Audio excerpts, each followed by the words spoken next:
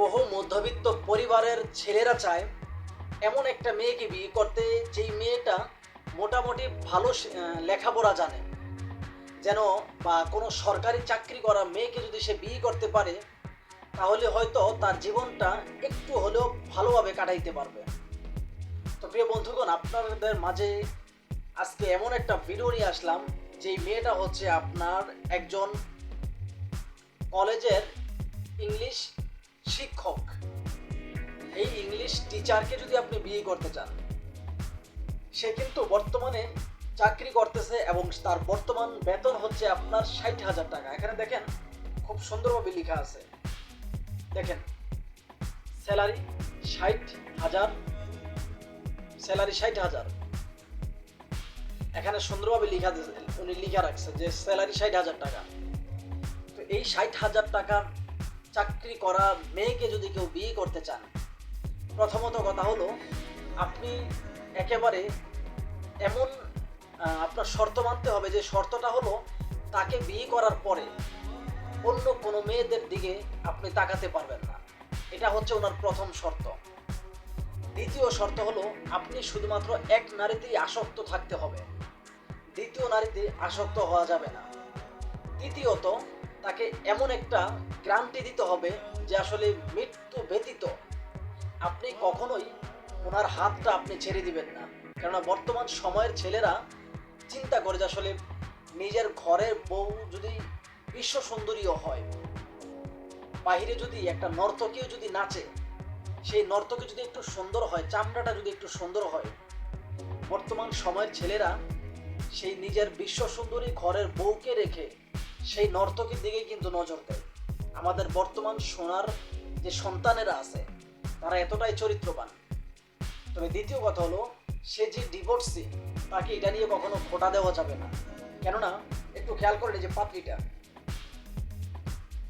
দেখেন পাত্রীটার কোন দিক দিয়ে সে অসুন্দর বলেন, এই পাত্রীটা সে কোন দিক দিয়ে অসুন্দর, তারপরেও কিন্তু ডিভোর্স হয়ে গেছে। ডিভোর্স আমাদের সমাজে দিন দিন এমনভাবে গ্রাস করতেছে যে আসলে বোঝা বড় দায়, যে আসলে মানুষ কি চায় এটা বোঝা বড় দায়।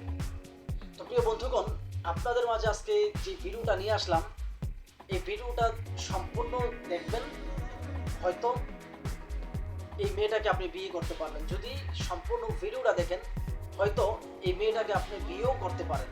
কেননা যদি মনে মনে মিল হয় দুজন মানুষের, আপনার শর্ত সেই মেয়েটা মেনে নেয় বা মেয়েটার শর্ত যদি আপনি মেনে নেন, তাহলে হয়তো এখান থেকে আপনাদের জীবনের নতুন জীবন শুরু হতে পারে, নতুন জীবনের সূচনা হতে পারে।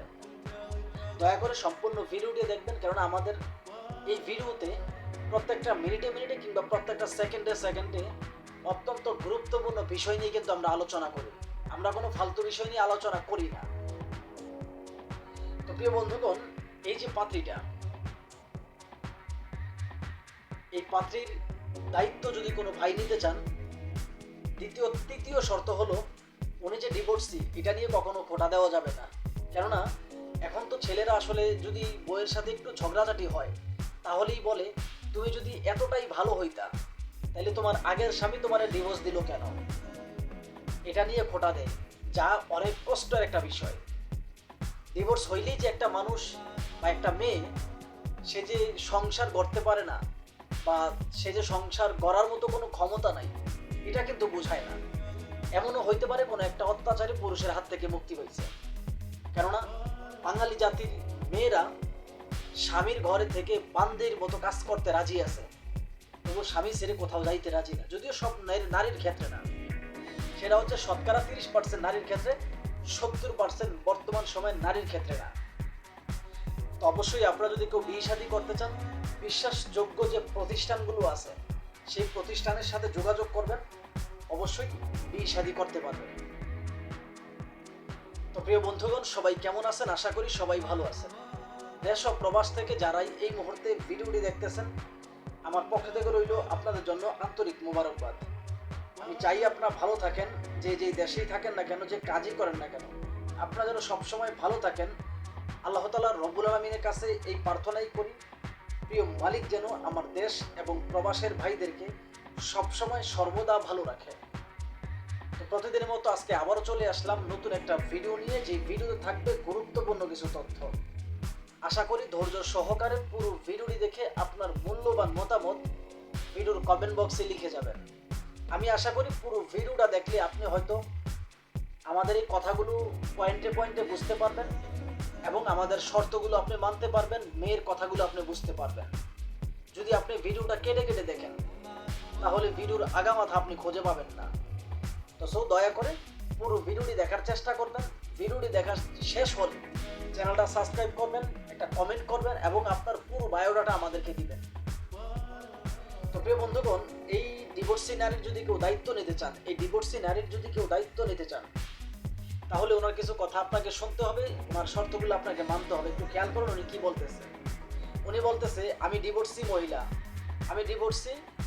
ডিভোর্সি মহিলা কলেজের ইংরেজি শিক্ষক, বয়স 38, জরুরি ভিত্তিতে পাত্র দরকার। আমার পরিবার বলতে কেউ নাই। মেয়েটার পরিবার বলতে কেউ নাই, আমার পরিবার বলতে কেউ নাই, তাই কোর্টে গিয়ে বিয়ে করতে হবে। আমার সম্পর্কে আমার বয়স 28 বছর, একটা বাচ্চা আছে, স্যালারি 60,000, রায়পুর ফ্ল্যাট, বাসায় মা মেয়ে একা থাকি। যে আমাকে বিয়ে করবে তাকে অবশ্যই আমার সন্তানকে মেনে নিতে হবে, আপন বাবার স্নেহ দিতে হবে। পাত্রের বয়স রেঞ্জ 30 থেকে 60 বছরের ভিতর হলে ভালো হয়, তবে শারীরিকভাবে ফিট থাকতে হবে। ওনার কোনো আপনার যে 40 বছর হয়ে গেছে, 50 বছর হয়ে গেছে, আপনি বিয়ে করতে পারবেন না, উনি এটা বলতেছে না। উনি বলতেছে পাত্রটার বয়স হচ্ছে নিচে 30 বছর, উপরে হচ্ছে 60 বছর। এই 30 বছর আর 60 বছরের মধ্যে যে কোনো মানুষ, যদি আপনার মন মানসিকতা ভালো হয়, তার সন্তানকে নিজের সন্তানের মতো স্নেহ, মায়া, মমতা, ভালোবাসা, বাবার আদর দিয়ে আগলে রাখতে পারেন, তাহলে এই যে ইংরেজি শিক্ষক, তার আপনার কাছে বিয়ে বসতে তার কোনো আপত্তি নেই।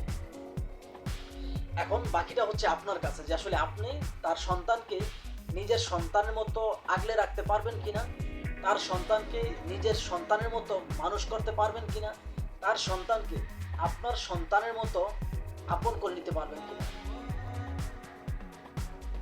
তো দয়া করে, যদি কোনো সচ্চরিত্র ভাই যে আসলে নিজের ব্যক্তিগত জায়গা থেকে আপনি তার শর্তগুলো মানতে পারবেন, তার কথাগুলো আপনি শুনতে পারবেন, তাহলে সেই ভাইরাই আমাদের সাথে যোগাযোগ করবেন। আমরা যথেষ্ট পরিমাণ চেষ্টা করব এই আপুর সাথে যেন আপনাকে আমরা পরিচয় করিয়ে দিতে পারি। আমাদের সদস্য ফি হিসেবে আমাদেরকে 1 পয়সাও দিতে হয় না।